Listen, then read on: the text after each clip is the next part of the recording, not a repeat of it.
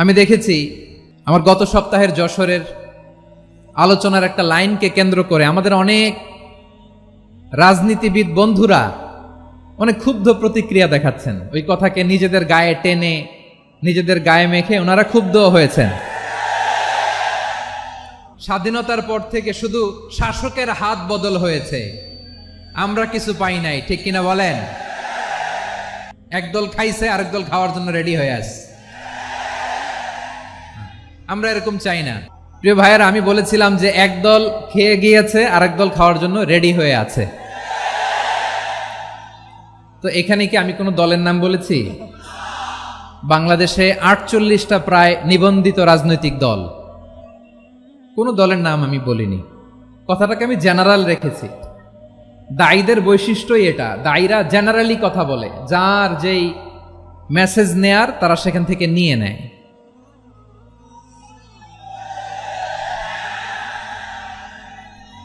তো কোনো দল এটা নিয়ে কোনো কথা বলল না, আপনারা এটাকে নিজের গায়ে যে মাখালেন এটা ঠিক হয়নি। আমি বলবো যে এটা খুবই অনভিপ্রেত হয়েছে। কোনো দলকে টার্গেট করে বা কোনো দলের পক্ষে আমরা কখনো কথা বলি না। আমরা কোরআনের পক্ষে কথা বলি, ইসলামের পক্ষে কথা বলি, ঠিক কিনা বলেন? সো একটা জেনারেল কথাকে যদি আমার রাজনীতিবিদ বন্ধুরা নিজেদের গায়ে মাখেন, ক্ষুব্ধ প্রতিক্রিয়া জানান, এতে করে সাধারণ জনগণের কাছে একটা নেগেটিভ মেসেজ যাবে ওনাদের ব্যাপারে। এটা হোক আমরা চাই না। তো আমার প্রিয় রাজনীতিবিদ বন্ধুদের আমি বলবো, কথাটা ছিল ভেরি জেনারেল, এটা নিজেদের গায়ে মাখানোর কোনো দরকার নাই। আমরা এই যে এক্সিস্টিং যে রাজনৈতিক চর্চা, এটা থেকে আমরা বেরিয়ে আসতে চাই। আমরা চাই না এদেশে চাঁদাবাজি, দখলবাজি থাক, ঠিক কিনা বলেন? এদেশে কোনো দুর্নীতি থাক, টেন্ডারবাজি থাক, এগুলো আমরা চাই। আই হেট পলিটিক্স একটা জেনারেশন আছে, এই বেশিরভাগ জেনজি এরা আই হেট পলিটিক্স জেনারেশন, এরা পলিটিক্সকে পছন্দ করে না। তো কেন করে না, এর দায়ভার আমাদের আছে না নাই? আছে। এবং আমরা দেখেছি ক্ষমতার পালাবদল যখন হয়, এক সরকার যায় আরেক সরকার আসে, তখন দুর্নীতির ফিরিস্তি আমরা জানতে পারি, এর আগে জানতে পারি না। প্রতিটা দলের ভেতরেই আমরা এই বাজে চর্চাটা দেখেছি। সো এখন আমাদেরকে শুধরে নেয়ার সময় এসেছে। এটা এই সুন্দর সময়, নতুন প্রভাতের বাংলাদেশ, নতুন ভোরের বাংলাদেশ, এই সময় আমরা কাদা ছোড়াছড়ি যেন না করি। আমাদের শপথ নেয়ার সময় এসেছে। প্রতিটি দল, নিবন্ধিত 48টি, সবগুলো দলের এখন শপথ নেওয়া উচিত যে আমরা কোনোদিন আর চাঁদাবাজি করব না, টেন্ডারবাজি করব না, দখলবাজি করব না। আমরা সবসময় দেশের পক্ষে থাকব, সবসময় দেশের পক্ষে থাকব।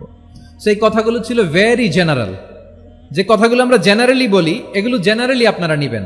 আমার রাজনীতিবিদ বন্ধুদের কাছে এটাই আমার কামনা। আর এই জাতীয় বার্তা যখন আমরা দেই, তখন যদি আপনি বলেন যে পারলে রাজনীতিতে আসেন, পারলে দল করে দেখান, এটা হইল? আমি কি এরকম কোনো কথা বলেছি? না। আমি একজন মুফাসসিরে কোরআন, আমি একজন আলেম, এর বাইরেও আমার সবচেয়ে বড় পরিচয় আম আ সিটিজেন অফ বাংলাদেশ। আমি বাংলাদেশের একজন সাধারণ নাগরিক। আমার দেশের যে কোনো সমস্যা, যে কোনো ইনকনসিস্টেন্সি, অসঙ্গতি নিয়ে মত প্রকাশের স্বাধীনতা আমার আছে না নাই? আপনারাই তো বাক স্বাধীনতার কথা বলেন, ফ্রিডম অফ স্পিচের কথা বলেন, বাক স্বাধীনতার কথা বলেন। আপনারাই যদি আবার কোনো মন্তব্যের কারণে বলেন যে রাজনীতির মাঠে আসেন, দল করেন, দেখি কতটুকু পারেন, এটা ঠিক হবে না। তাই প্রিয় ভাইয়ের, আসুন আমরা দল মত নির্বিশেষে কাঁধে কাঁধ মিলিয়ে সোনার বাংলাদেশ গড়ি, দুর্নীতিমুক্ত বাংলাদেশ গড়ি, যে বাংলাদেশের জন্য রক্ত দিয়েছে আবু সাইদ, যে নতুন ভোরের বাংলাদেশের জন্য রক্ত দিয়েছে মুগ্ধরা, যে নতুন বাংলাদেশের জন্য রক্ত ঝরিয়েছে 24-এর যে গণ অভ্যুত্থানের প্রত্যেকটি শহীদের আওয়াজ করে বলেন ঠিক কিনা? আল্লাহ তাআলা আমার দেশকে তুমি নিরাপদ করো, শান্তিময় করো। আমরা যেন স্বাধীন সার্বভৌম বাংলাদেশে মাথা উঁচু করে বিশ্ব দরবারে দাঁড়াতে পারি। আল্লাহ তুমি তৌফিক দান করো। আওয়াজ করে সবাই পড়ে আমিন।